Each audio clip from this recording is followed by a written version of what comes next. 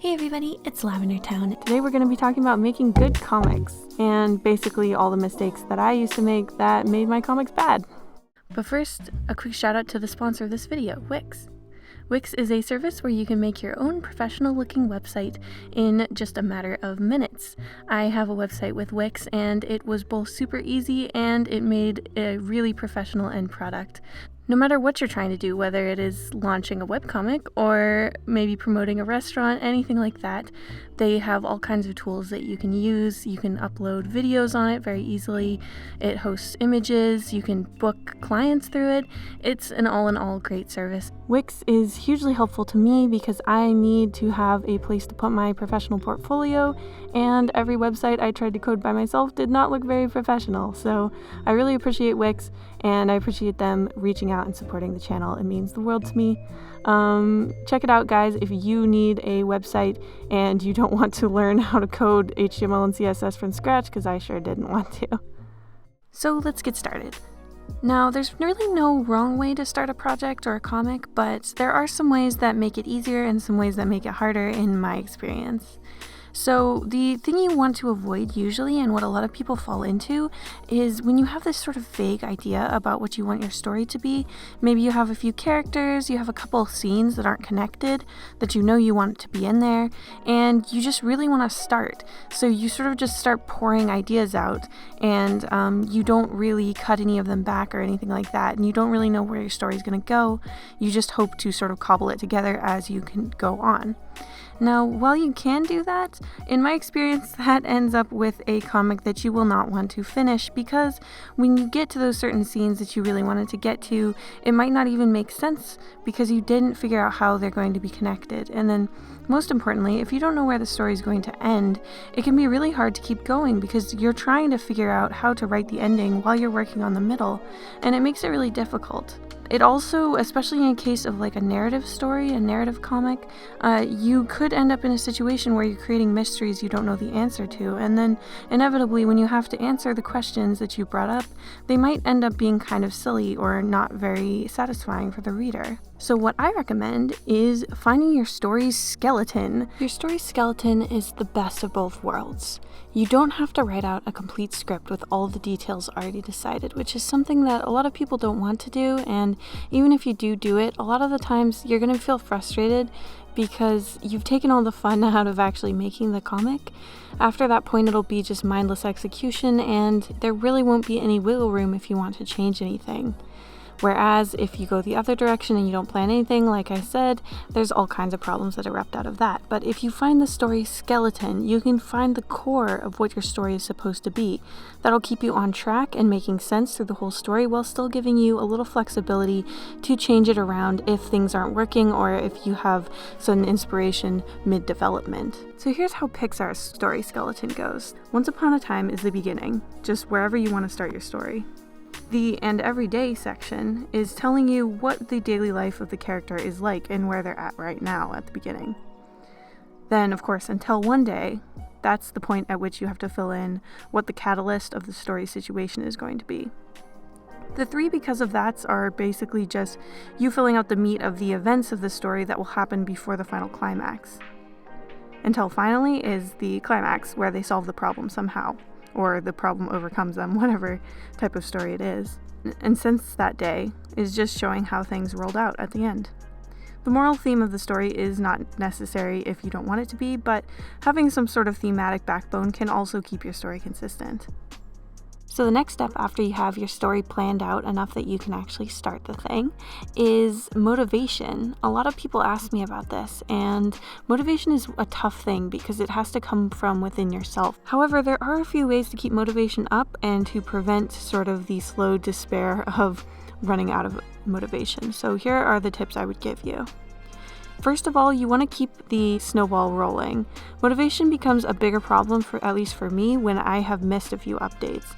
That's when I have the hardest time picking up the pen to start doing an update of Unfamiliar because I feel like a failure and I feel frustrated and sad, and whatever the reason is that I missed updates, it makes me want to avoid the project altogether. So what I recommend in order to keep yourself motivated is to do whatever you can to make sure that you keep to your update schedule. It'll make you feel proud when you think about it, your consistency, and that will help you stay motivated. Also, it just seems easier when there's less gaps between your pages. If you're doing pages a lot, it doesn't seem so difficult, whereas if it's been a while, it's gonna seem like a bigger feat than it actually is. The stress of it just makes it feel like a bigger task. The other thing you can do is just make sure that you're not pushing yourself too hard. If you have like school and another job or something like that, don't expect yourself to be making a page every day. It's just not realistic. Secondly, if you have a style that's really, really detailed and delicate, you have to give yourself more time. I intentionally picked a style that's relatively simplistic when I started making my comic because I wanted my updates to be frequent. Lastly, make sure there's accountability. Put it up online and make sure that your update schedule is clear to your viewers, whoever they might be.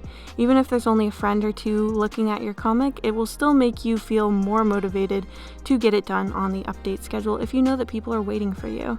It's something that helped me out a lot for sure.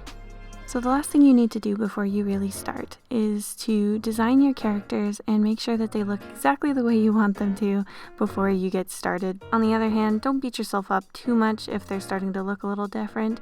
You don't want to fight progress, and you are going to get better at drawing really quickly if you're drawing so much for your comic. So don't freak out too much. As you can see, Planchette looked really different in page 1 than she did in the more recent pages because my art style has been evolving and I've been making little changes to her, so it's not too big of a deal.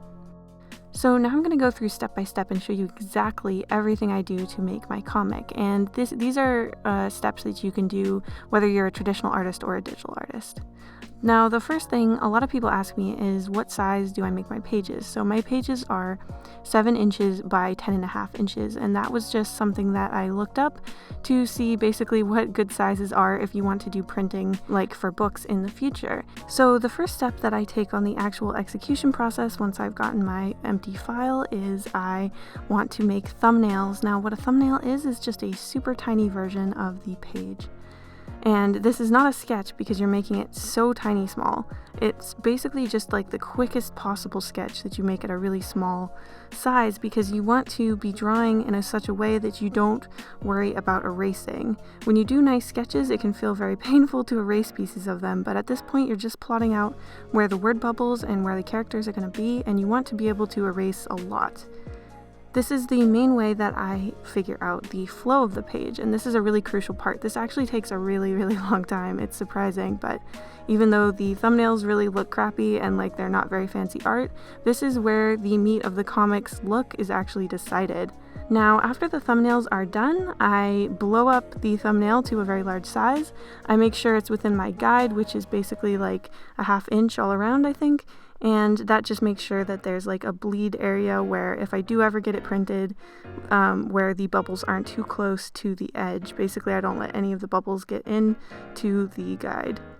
So the way to make sure that your bubbles aren't crowding your characters and your words aren't crowding your bubbles is to start with the text. While it's still a messy sketch, you want to type in all of the text. So once you've typed in all your text, then you know how big of a bubble you're going to need. Now you draw out those bubbles and then you can see if there's any places where your art's getting crowded. Now after this is the laborious inking stage. A lot of artists would have an additional sketch stage after this. Usually you wouldn't ink on top of a thumbnail. This is kind of a weird quirk of mine and I don't necessarily recommend it. It's just the way that I do things. It makes it so that I have to figure out a lot of details on the fly, and I personally like that, but for a lot of people that's a lot of stress in the inking stage that you don't really need.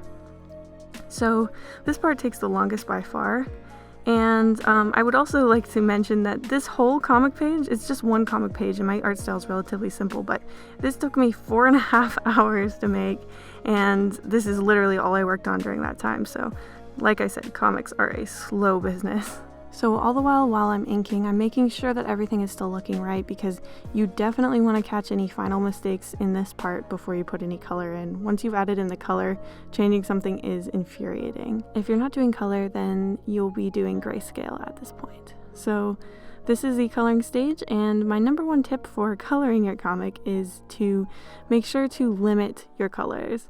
Comics are very, very bloaty when it comes to colors. You'll often find yourself wanting to find more and more colors, and then after a while you look back at your page and you're like, this is a mess. Like, there's just too much going on. When I first started Unfamiliar, I only allowed myself to use 7 colors, and it has since expanded wildly. I used to only have really different shades of blue and orange, and now it's all kinds of crazy colors, and I'm suffering because of that. I wish I had kept it restricted because it actually makes things a lot easier, and weirdly enough, if you get used to that color palette as you're reading it, it doesn't look weird at all, even though I have like some bluish trees and stuff like that because I didn't really have greens in my color palette. It ends up looking really unified and beautiful. So learn from my mistakes, kids. Keep it restricted if you can, because it makes it so much easier in the future. After the flat colors are in, I am shading and doing some basic like light effects, I would say, like just trying to give some atmosphere to the whole thing and doing gradients and stuff like that. This is very digital, so if you're doing your comics traditionally, you might skip this stage altogether and have done the shading sort of during the coloring area. And with that, we're done. So that's exactly how I make my comic. Obviously, only take the advice that you think would be helpful, and I hope you guys have good luck on your future projects and endeavors. Feel free to tell me about your comic in the comments below if you have one, or if you have any questions you'd like me to answer in a future Do This Not That, please let me know. Another big thanks to Wix for sponsoring the video.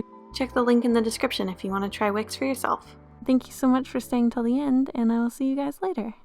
Big thank you to all of my patrons, including Gaia, Scott Peterson, Christy Stewart, Painamel, The Artsy Moose, Elizabeth Alban, Count Pompon, Bouncy McFluff, Cameo Sparkle, Hanuki, Zigzit, Ollie, Nekosama, Hope Chilsum, Abriana, Trashomaniac, Micah Dactyl, Okamore, Matthew Kunke, Vlad Sergeant Pendulum, Lena Christine, DeSweet 12, Taka, Lovely, Lachlan MD, Mystic, Enzo Jobert, Your Boy ST, JJ Jade,